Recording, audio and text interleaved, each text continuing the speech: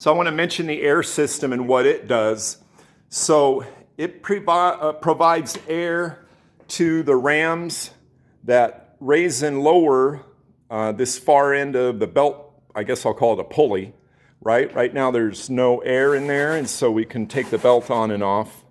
Once we charge that up by closing this valve, giving it some air, you can watch.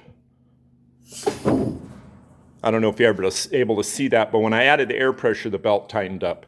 So one of the things the air does is keep tension on the belt. Another thing that the air does is it operates this ram through those electric eyes that I mentioned, and this is pneumatically actuated to push or pull on this rod, which affects the movement of the belt one way or the other.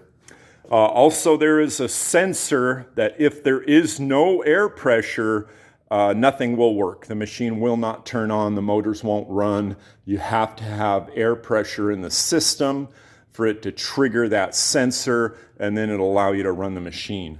But if you don't have air pressure, nothing will operate.